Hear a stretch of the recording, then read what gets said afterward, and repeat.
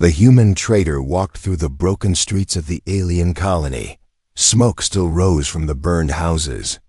The ground was covered in ashes, glass, and pieces of metal. Everything looked dead. His boots crunched on the broken road as he kept his hand near his weapon. He had seen many ruined places in his life, but this one felt different. Empty, yet filled with silent cries. Suddenly, he heard something. A soft sound. A child crying. He turned a corner and stopped. There, beside a fallen wall, was a woman not human. An alien widow. Her skin was pale purple, her long hair full of dust. She held 2 small children close to her chest. They were shaking from cold and hunger. The woman looked up at the human, her eyes wide with fear. "Please, stop," she whispered, holding her kids tighter. "Don't take them, please." The human raised his hands slowly, showing he meant no harm. "I'm not here to take anyone," he said softly, but the alien woman didn't believe him. She pulled her children behind her, shielding them like a wounded animal. Her body shook, but her eyes stayed locked on him. She was ready to fight, even if she had no strength left. The human looked at the scene. No food, no shelter, just torn clothes and weak bodies. He took a slow step forward. "I have supplies," he said. "Water, some food, I can share." The woman didn't answer. She stared at him for a long moment. Then, with great care, she reached beside her and picked up a thin wooden sign. She held it toward him. Her hands trembled. On the sign, in broken human letters, were the words, "Adopt my children. End my pain. I have nothing left." The human felt something tighten in his chest. He looked at the woman. She wasn't begging for herself. She was ready to give up her own children just to save them. "You want me to take them?" he asked, confused. Tears filled her eyes. She nodded once, slowly. "I don't want to," she said. "But if they stay with me, they will die. I have no food, no home. No one will help me. Please, give them a chance." The smaller child looked up at the human with wide green eyes. His face was thin. His lips were dry. He didn't speak. He just stared. The human knelt down and opened his bag. He pulled out 2 food packs and a water flask. He placed them on the ground and backed away. "I won't take your kids," he said, "but I can help you, all of you." The woman reached forward with shaking hands and took the food. She opened one pack and quickly gave it to her children. They ate like they hadn't eaten in days, maybe weeks. She looked back at the human, her voice low and cracked. "You are kind, but you don't understand. I cannot keep them safe. My people are gone. My husband died in the war. My clan cast me out. No one helps a broken widow." The human stayed silent. He had seen war. He had seen orphans. But never had he seen a mother so willing to give up everything for her children's survival. He looked at the kids again. The older one, maybe 7 years old, hugged the younger, protecting him, just like their mother did. "What's your name?" he asked the woman. "I was called Vera," she said. "Before everything." "Vera," he said gently, "I don't think your children want to leave you. And I don't think you really want them to go." She looked down. "I don't, but I must. They need someone strong, someone who can feed them. I am nothing." The human stood up. "You are not nothing. You kept them alive. That means something." He turned to leave, not wanting to stay long in the ruined city. "If you change your mind, I'm staying in the old trader station for one night. It's not safe here. Think about it." As he walked away, he didn't look back. But that night, as he rested near a small fire in the dusty old station, he heard something again, a small noise. He turned and saw the older child quietly crawling into his tent, holding his little brother. They curled up beside him without a word. Moments later, the mother appeared at the door. Her face was full of pain and shame. "I'm sorry," she whispered. They followed you. I told them not to. The human looked at the two small figures resting beside him, already half asleep. He sighed. Come inside, he said. You all stay tonight. Just tonight. Vera stepped in slowly. Her eyes filled with tears, not from sadness, but from something she had forgotten long ago. Hope. The fire crackled softly in the middle of the old trader station. Shadows danced on the walls as night wrapped the world in silence. The human, named Jaren, sat quietly, staring at the two alien children curled up in his blanket. Their soft breathing was steady now, their tiny hands clinging to the cloth like it was life itself. But Jaren wasn't watching them. He was watching her. Vera. She sat at the edge of the room, knees pulled to her chest, her eyes never closing. She didn't sleep. She didn't blink much either. She watched her children, afraid they might disappear if she looked away. Her arms were thin, but her heart, Jaren could feel it, was heavy. Crushed, but still beating. He spoke softly. You didn't sleep last night either. She didn't answer at first. Then, after a long pause, her voice came out like a whisper across dry wind.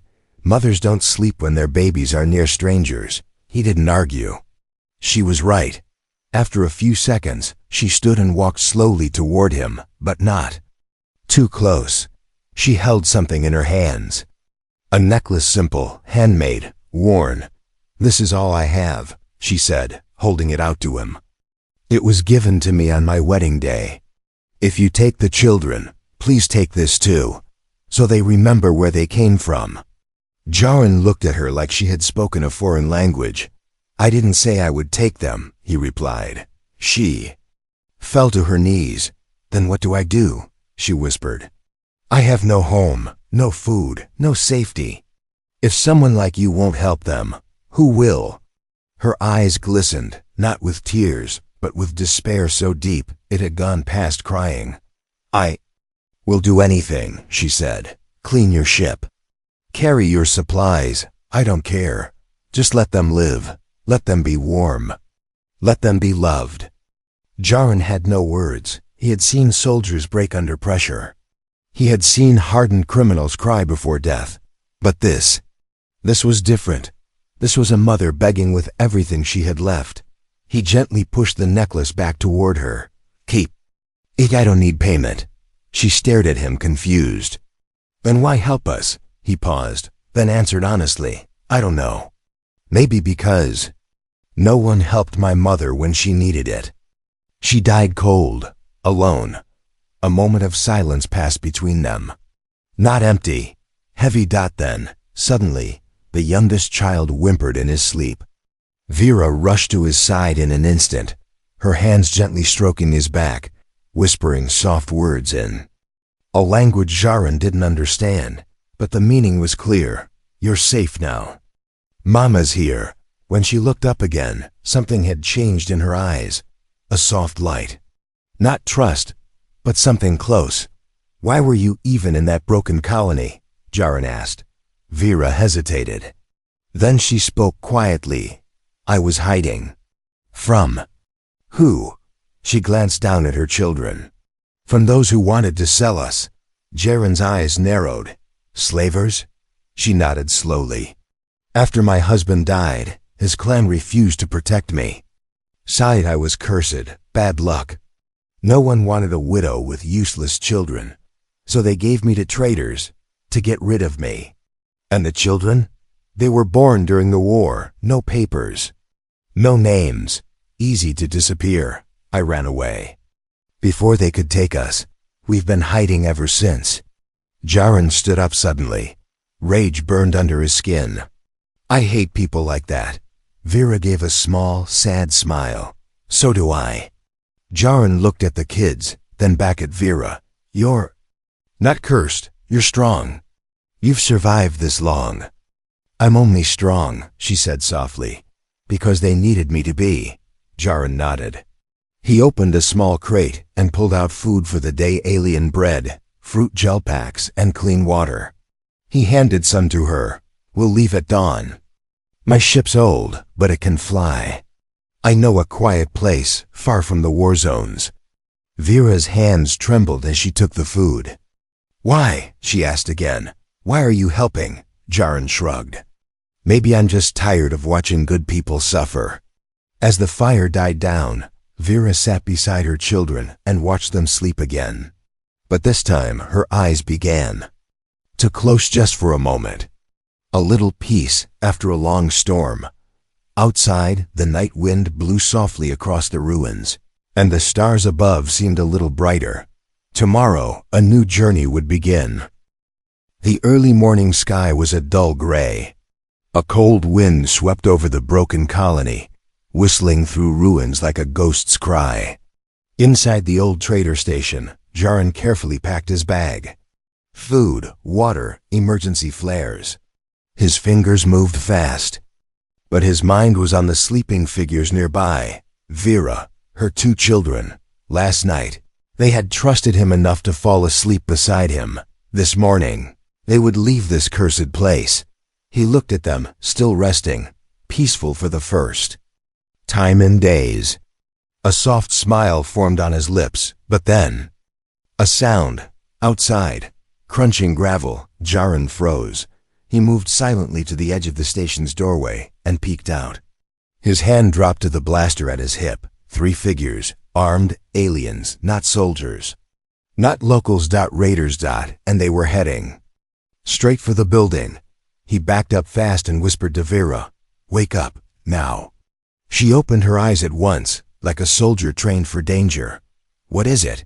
"Trouble," he said. "Pack nothing. Just be ready to run when I say." But it was already too late.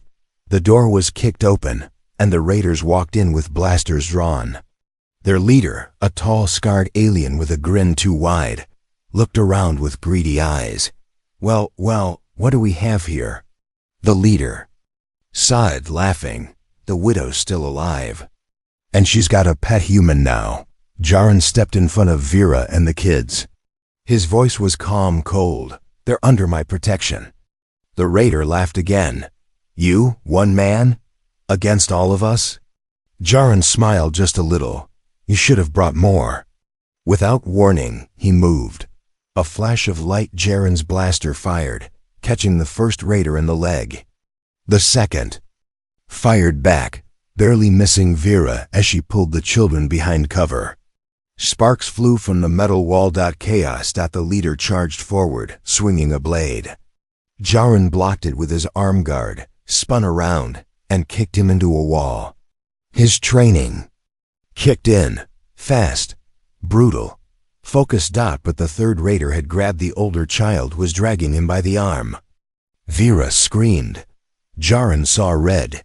He tackled the raider with full force, smashing him to the ground. 1 punch. 2. The raider went still. The boy ran back to his mother, crying. Vera held him tight, her whole body shaking. Jaren stood up, chest heaving, blood on his knuckles. The leader groaned on the ground, trying to crawl away. Jaren pointed his blaster at his head. The leader's grin was gone. "This colony's dead," the alien muttered. "You can't protect them forever. There are more of us." Jaren stepped closer. "Then tell the others, if they touch these kids, if they come near this woman again, I'll show them how humans bury their enemies." He didn't kill him, but he left him with a broken leg and a message that would echo through the slums. Later, as the sun rose and smoke faded from the sky, Jaren helped Vera and the children onto his old, dented ship. They sat in silence. Vera looked at him not with fear, but with something new, respect, maybe even trust. "You fought for us," she said. Her voice was soft, almost disbelieving. "You could have left. Most would have." Jaren gave a tired smile. "Most don't care. I do." She looked at her children, now safe in their seats, still clinging to her sides. "You are not like the others," she said. Jaren activated the engines. "Neither are you." As the ship lifted into the sky, away from the ruins, Vera watched the colony disappear behind them. She held her children close, but her eyes stayed on Jaren. For the first time in a long, long while, she felt safe, not because of a wall, not because of weapons, but because of a human who stood between her and danger, like a shield made of flesh and fire. The stars outside the ship glowed like quiet watchers in the sky. Inside the small humming cabin, all was still, until the coughing began. It started soft, just a little wheeze. Then a dry cough. Then stronger, harsher. Jaren's head snapped up from the pilot seat. He looked over his shoulder and saw the younger child curled on the sleeping mat, small hands grabbing at his chest. His skin, once a healthy shade of violet, had turned pale. "Blue, Vera," Jaren called. "Something's wrong." Vera was already on her knees beside her son. "Kieran? Kieran, look at me." Her voice trembled. She touched his forehead. It was burning. "Too hot." The boy coughed again, harder now, then cried out weakly. "He's burning up," Vera cried. "His lungs, he can't breathe." Jaren rushed to the back of the ship, grabbing his emergency medkit. He tore it open, scanned the vials, painkillers, bandages, human antibiotics, nothing for alien children. "I don't have the right meds," he said, voice tight. "I need to find help, now." Vera was rocking her son, her eyes full of panic. "No, no, no. He was fine this morning." Jaren jumped back into the cockpit and began slamming buttons. "Nearest station, anything, medical, refugee zone, any system that's safe." He pulled up a star chart. There was only one option close enough, a hidden neutral outpost once used for wartime refugees. He'd been there years ago, not official, not safe, but maybe someone could help. He turned to Vera. "It'll take 4 hours. Can he make it?" She didn't answer. Her son's eyes were closing. Jaren gritted his teeth. "Strap in. I'm going full thrust." The ship roared through the stars, shaking slightly from the pressure. Vera sat on the floor, cradling Kieran, whispering to him in her soft alien tongue. Her tears rolled down silently. Her daughter sat nearby, too scared to speak. Jaren kept looking back. Each time, the boy looked smaller, weaker, like the life was being pulled out of him. Vera finally looked up. Her voice broke. "Do something, please." Jaren turned off the autopilot, ran back, and knelt beside her. He checked the boy's vitals again with his scanner. Heart rate low, oxygen low, fever high. Too high. "I can try something," he said. "It's not made for him, but it might slow the fever." "Try," Vera whispered. "Even if it's just hope." Jaren pulled out a vial of human fever suppressant. He didn't know the dose. He didn't know the side effects. He hesitated, then gave half the normal amount. Vera held her son still as Jaren carefully injected the medicine. Kieran whimpered, then went quiet again. They waited. 1 minute. 2.5. The boy's breathing slowed. A little less panicked, a little less sharp. Vera brushed his sweaty hair back, her body shaking. "Thank you," she whispered. But Jaren didn't answer. He knew this was just a pause, not a cure. The outpost appeared on sensors 2 hours later. A small hidden station orbiting a dead moon. No guards, no flags, just blinking lights and old metal. He hailed them. A gruff voice answered. "No humans allowed unless you're dying."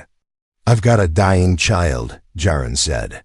"Half my size, alien, fevered, she needs help." Silence. Then, "Dock in Bay 3, no weapons, no trouble."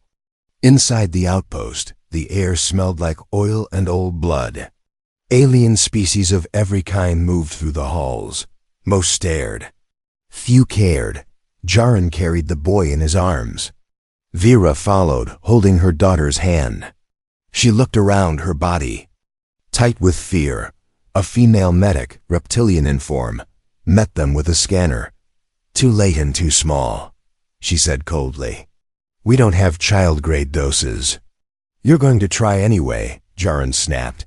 The medic stared at him. "You're serious about this. She's serious too, he said, nodding to Vera. That's her son.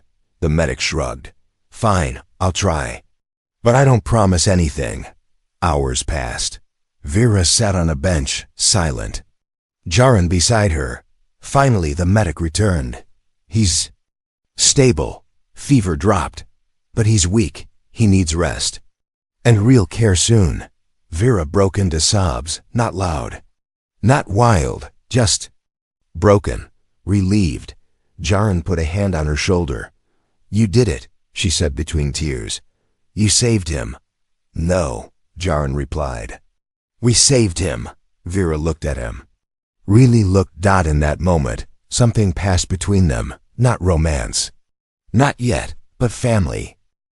Jaren stood at the edge of the outpost's landing bay, staring out through the glass wall into space. His ship was refueled, his supplies restocked, and in his hand was a message from Earth Command. Return immediately, new deployment. Mission. Classified, no delays. He read it 3 times, hoping the words might change. They didn't, single quotes D. Behind him. The sounds of soft footsteps echoed on the metal floor. Are you leaving? Vera's voice came from behind, quiet, careful. Jaren turned. Slowly. She stood there, holding her daughter's hand. The younger child Kirin was asleep again in the medical room. Still healing. I didn't say that, Jaren replied. But you're thinking it, she said. He looked down. It's not that simple. Vera stepped closer, her face calm, but her eyes full of something sharp, fear, hurt, maybe even disappointment. You said we were safe now, she whispered. You promised. Jaren didn't answer, not right away. She took a deep breath and spoke again, louder this time. I was ready to die in those ruins. My children were already starving, but then you came. And we believed you, we followed you, we trusted you. Jaren's voice was low, almost angry, but not at her. I didn't expect this. Any of this. I thought I'd help for a day or 2 and then move on. Vera nodded slowly. That's what everyone does. He looked up at her. That's not fair. She blinked. Neither is life. The little girl beside her, no more than 5 years old, pulled at Jaren's sleeve. Are you going away, Daddy? The word hit him like a hammer. He knelt down, gently took her tiny hand. I'm not your daddy, little one. She smiled. But we call you that when Mommy's not looking. Jaren's breath caught in his throat. Vera looked away. Her shoulders shook slightly. Jaren stood up fast, pacing, fighting with himself. I'm not a father. I'm not a family man. I've seen war. I've lost people. I don't know how to be what you need. You already are, Vera said. He turned sharply. I'm a soldier. I have duties, orders. Vera looked him straight in the eye. Then go. Follow your orders. Leave us behind. Again. Silence. The little girl, not understanding the heavy air, walked back toward the medical room. Humming softly to herself, Jaren watched her go, then whispered, more to himself than to Vera. I don't want to be the reason another child cries herself to sleep. Vera stepped forward now. Her voice calmer, then stay. He shook his head, trying to stay strong, but his voice cracked. They need someone who won't disappear the moment a message comes in. Then be that someone, she said. He looked at her, really looked, her tired eyes, her strong arms. The bruises from the fight still healing. The scars of a woman who had fought 1,000 battles, not with weapons, but with her will. He thought about the way Kirin gripped his fingers when afraid, the way the little girl laughed when he fixed the ship's lights, the way Vera had looked at him, not with pity, not with fear, but with hope. He had never been needed like this before. He had never been wanted like this. Suddenly, the outpost speakers crackled. Ship 9 Delta 3, you are cleared to depart in 10 minutes. Jaren looked at the speaker, then at Vera. Then he slowly took the message from Earth out of his pocket, crumpled it, and dropped it into the waste unit. Vera's lips parted. "You're staying?" Jaren gave a small smile. "Not just staying. I'm coming home with all of you." Vera didn't cry, but her eyes shimmered. And for the first time in years, Jaren felt something deep inside shift. He wasn't just a soldier anymore. He was part of a family, and he wasn't going to walk away from them again. Jaren returned to the ship with fresh clothes, food packs, and a simple plan. He was going to fix the old navigation system, maybe paint over the old military logos, maybe even find some toys for the kids. He was smiling, but the smile died the moment he stepped inside. The ship was quiet. Too quiet. No laughter. No soft footsteps. No daddy. From the little girl. He dropped the bag. "Vera?" Silence. He checked. The sleeping area. Empty. Medical room. Empty. He rushed to the back cargo hold. Engine bay. Nothing. They were gone. He saw only one thing: a folded cloth on the table. A torn piece of paper laid on top. Jaren picked it up with shaking hands. The words were written in rough, blocky human letters. "We don't want to be your maybe." His chest tightened. Vera had left, and she took the kids with her. Outside the ship, Vera kept her hood low. She held Kieran in one arm, her daughter by the hand. They moved quickly through the crowded market inside the outpost, blending in with refugees, traders, and forgotten souls. The child looked up at her with confusion. "Where's Daddy?" Vera swallowed hard. "He's not our daddy," she said gently. "He has a different path, but he said we were a family." Vera stopped walking. Her hand trembled. She knelt down and hugged both children tight. "He wants to be. I know he does, but sometimes wanting isn't enough. Sometimes people leave, even when they love you." Kieran coughed lightly. He was still healing. Still too weak. Vera looked around. They had no money, no map, no plan. Only fear. And the memory of a man who had almost saved them. Almost. Back on the ship, Jaren sat in the silence. His mind raced. Why did she leave? He had chosen them. He crumpled the Earth command message. He stayed, but then he realized he never said it. He never told her he chose her. Not just the kids, not just to protect, but her. He had shown it in actions, but not in words, and sometimes words are all someone is left to believe in. He stood up fast, eyes burning. He had to find them. Vera stood at the outer edge of the docking area, waiting for a small shuttle. It would take them to another station, one farther from war, but also farther from Jaren. She clutched her daughter's hand. Her own heart fought with every step. "He's not coming," she whispered to herself. "He's not coming." Vera. Her head snapped up. Jaren ran toward them, breathing hard, eyes locked on hers. "I chose you," he shouted across the space. "Not just the kids, you, all of you." She didn't move. He slowed down, his voice breaking. "You thought I didn't say it, but I meant to. Every second, I stayed. I gave up everything. Because you gave me something I never had before." "What's that?" she asked, her voice shaking. "A reason to live like a human again." The crowd had gone quiet. Aliens turned to watch. Some with smiles, some with tears. Jaren stepped closer. "Don't leave. Please, I don't want to live wondering where you are.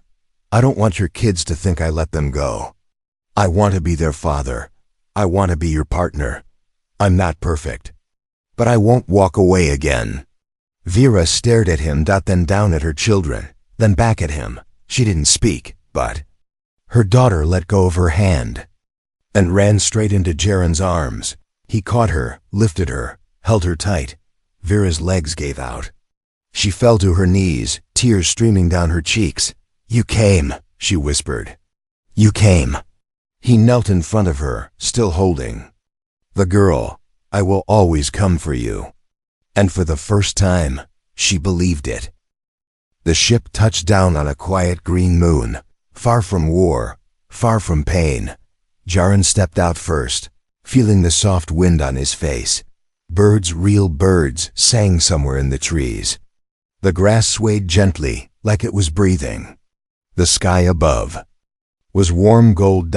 This was a not a battlefield, not a spaceport. Home. Behind him, the ramp lowered, and Vera stepped out holding Kieran's hand. Her daughter ran ahead, spinning in circles with laughter. The little girl had never seen grass before. She dropped to her knees and hugged the earth. Kieran followed slowly, still weak, but stronger now. He looked up at the sky and whispered something in his native language. Jaren didn't understand it, but Vera smiled. He said it looks like the place from his dreams. Jaren looked at her. Does it look like yours too? She nodded. It does now. They had bought a small cottage here, half ruined, but standing. Jaren used his last savings. He didn't care. Peace had a price, and he'd pay it every time. Later that day, Vera stood at the window, watching Jaren repair a solar panel. The kids were in the garden, planting vegetables, laughing, living. She placed a hand on the glass. Not long ago, she had begged strangers for crumbs, slept in ruins, told herself she could survive without love as long as her children were fed. Now she saw a future, and it had a name, Jaren. That night, they sat around a fire outside. The stars above were calm. The fire crackled. Vera leaned against Jaren's side, and he didn't pull away. He put his arm around her like it belonged. There, because it did. Kieran sat beside him, reading a children's book in slow, careful words. Jaren helped him sound out the hard ones. The little girl had fallen asleep on Vera's lap, her thumbs still in her mouth. Silence, but not empty. Full. Safe. Warm. I used to be afraid of tomorrow, Vera whispered. Why? Jaren asked softly. Because it always took something away from me. She looked up at him, her voice trembling. But now I want to see tomorrow. Because I have something to keep. Jaren didn't say anything. He just leaned down and kissed her forehead. Not rushed, not unsure, but like a promise. I won't let go of this, he said. Not ever. From now on, you're my family. Forever. Vera closed her eyes, letting a tear fall. Not from sadness, from peace. In the weeks that followed, the house became a home. Jaren taught the kids how to fix tools. Vera taught Jaren how to cook alien stew. The girl got her first stuffed toy. Kieran built his first garden box. They laughed. They healed. And sometimes on quiet nights, Vera would touch her belly and wonder if this piece might bloom into something more.